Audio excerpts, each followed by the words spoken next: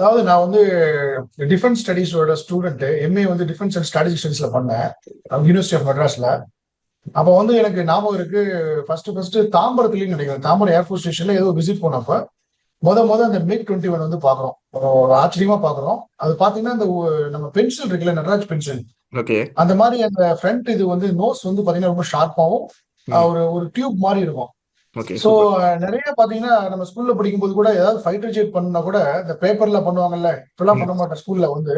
அது வந்து பாத்தீங்கன்னா அந்த அந்த மாதிரி மாடல் தான் பண்ணுவாங்க, ஃபைட்டர் ஜெட்னாலே அதான். ஸோ இந்த MiG-21 வந்து நம்மளுடைய டிஃபென்ஸோடைய ஒரு அங்கமாக ஒரு ஒரு ஒரு பெரிய வெப்பன். நம்மளுடைய அந்த ஆயுத இதுல வந்து ஸ்ட்ராட்டஜிக் வெப்பன்ஸ்ல வந்து இந்த MiG-21 வந்து ஒரு மிகப்பெரிய பங்கு வந்து இருக்கு. அதுல குட் அண்ட் பேட் இருக்கு. ஸோ எல்லாத்துடைய மெமரி, பாப்புலர் மெமரியில வந்து ரொம்ப பதிஞ்ச ஒரு ஏர்கிராப்டா இருக்கு MiG-21.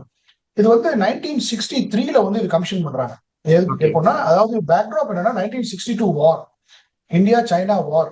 So okay. அதோட பேக்ராப்ல என்னன்னா, நமக்கு வந்து அந்த டைம்ல நம்ம ஃபர்ஸ்ட் நம்ம அந்த ஈஸ்டர்ன் செக்டர்னு சொல்லுவாங்க, அருணாச்சல் பிரதேஷ், அவங்க தாவாங்கன்னு சொல்றாங்க. ஸோ அங்க வந்து அது வரைக்கும் நம்ம போயிட்டு ஒரு ஃபைட்டர் கிராஃப்ட் போயிட்டு ஃபைட் பண்ணிட்டு வர வரைக்கும் ஒரு சூப்பர் சோனிக் ஏர்கிராஃப்ட் வந்து தேவைப்பட்டது.